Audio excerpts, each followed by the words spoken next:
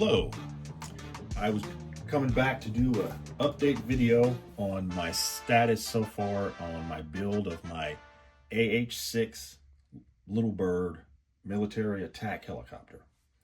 Um, it's been fun build. It's been a fun build so far. What I've been working on here lately is cutting out the windshields to fit inside the canopy. And for whatever reason, this process has been very nerve-wracking for me because I don't want to mess it up. But I just wanted to explain to everybody else what I've been doing. So I've been slowly cutting the plastic down and trimming off the edges of it so that it fits inside of the canopy. And I just have this kind of test fitted in here right now and held in place with some tape.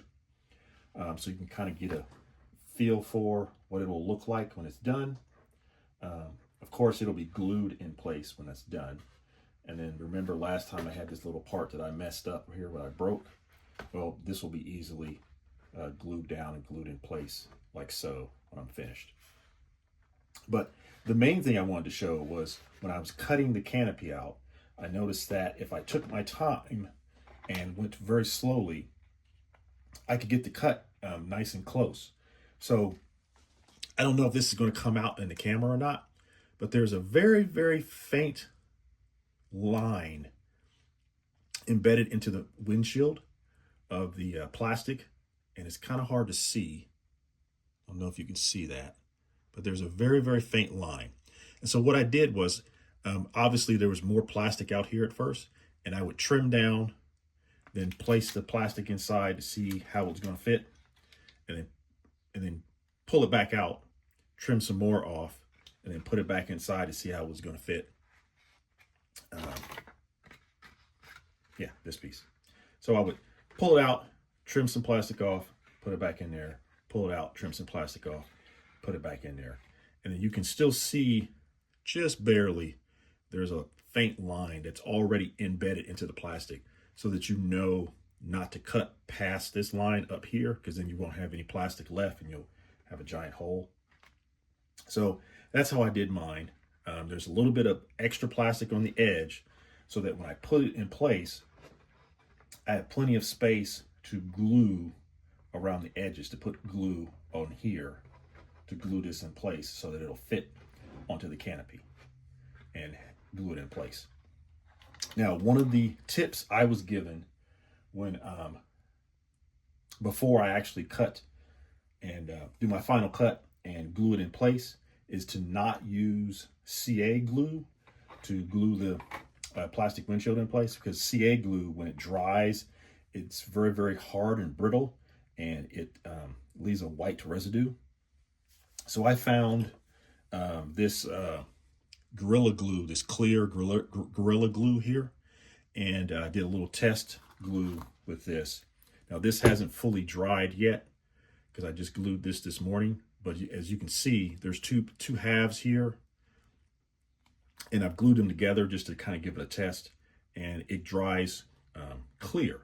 It's nice clear glue, and it's got a little bit of give to it because it's more tacky or sticky than CA glue, but I think I'm going to use this clear Gorilla Glue, and this should do a pretty good job of holding the canopy in place. So that's what I've been doing with the canopy, and that's the kind of glue I'm going to use. And obviously I've got some white spots here on the canopy and on the bottom, and before I glue the windshield in place, I want to hit the canopy with another coat of the matte black military paint. And again, this windshield is just held in place with some tape for right now, just to do a test fit to see how it's going to fit inside the canopy there. But yes, I'm gonna definitely have to do another coat of paint over this with the matte black military paint. Now, the other thing I wanted to show you guys is that I've also been working on what I call the little fiddly bits that go inside the, they go on the outside of the model, which add more detail. So the antennas, the guns, the arms that hold the guns in place, and the missile pods. And I'm going to cut to a scene here, right here, where I'll show you the 3D models that I've been rendering myself.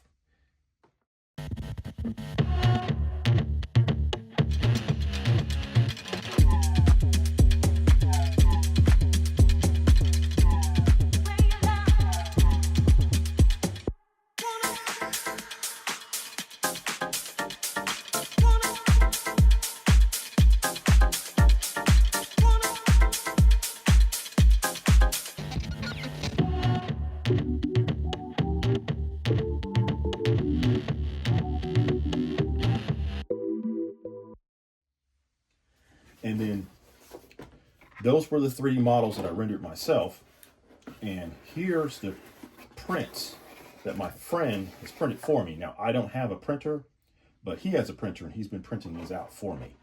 And these are resin prints. So this is the antenna, one of the antennas that'll go on top. I don't know if you can see that there, but this is one of the antennas that will go on the top part of the model. Here's another antenna that will go on the top part of the model. Closer there so you can see that. And these are resin prints that my friend who has a resin printer has printed out for me. And these have turned out pretty good. Here's another smaller antenna.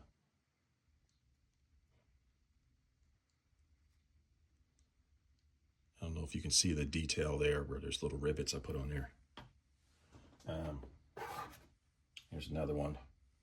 And then the really nice feature here is my gun pods. So I don't know if you can see that there, where it's got the actual, my 3D design for my gun pods. And this is the arm that would stick out the side holding the gun pods. And then I have a missile pod too, but he hasn't finished printing those out yet. So when he has those finished printing out, I will show you that one too. And the missile pod will sit and mount right here onto the arm like that.